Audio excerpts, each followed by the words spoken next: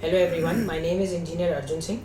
Today we are going to see some concepts of bridge engineering as a part of our structural engineering syllabus.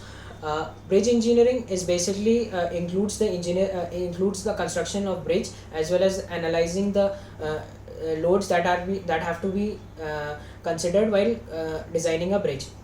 Basically, a bridge which is less than 6 meter in length is considered as a culvert. A culvert is used for the transportation of water or as a drainage purpose. There are various types of culverts. A culvert can be of a box type culvert or a slab culvert or a pipe culvert. A bridge which is more than 6 meter in length but less than 60 meters in length is considered as a minor bridge, and a bridge which is more than 60 meters in length is considered as a major bridge. Now there are various types of bridges that you must have seen also and must have heard of also. A bridge can be of cable tension type bridge. A bridge can be of a arc shaped bridge. A bridge can be of a simply supported girder system bridge. A bridge can be of a truss system bridge made of made on the concept of truss design. So a bridge which has to be which has to be used has to be incorporated on the purpose of its use. Let's say if you are constructing a railway bridge, it has to be a truss system bridge which has to be made up of steel. A bridge which cannot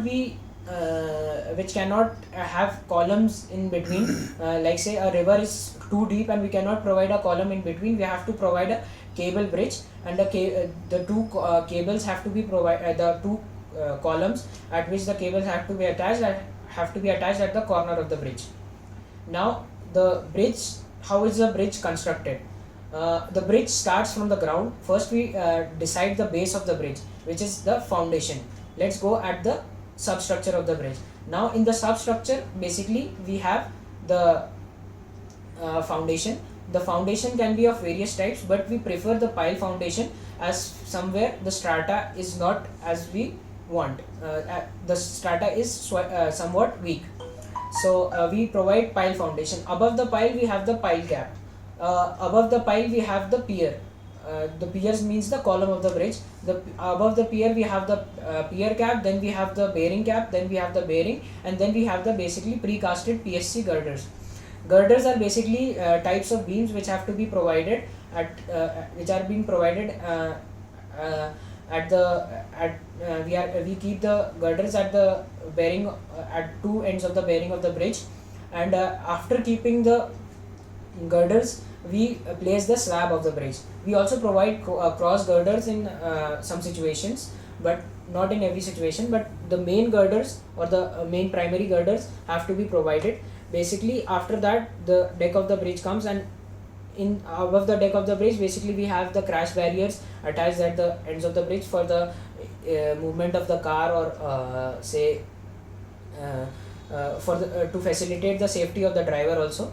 And there are various expansion joints that has to be provided in between the slabs of the bridge.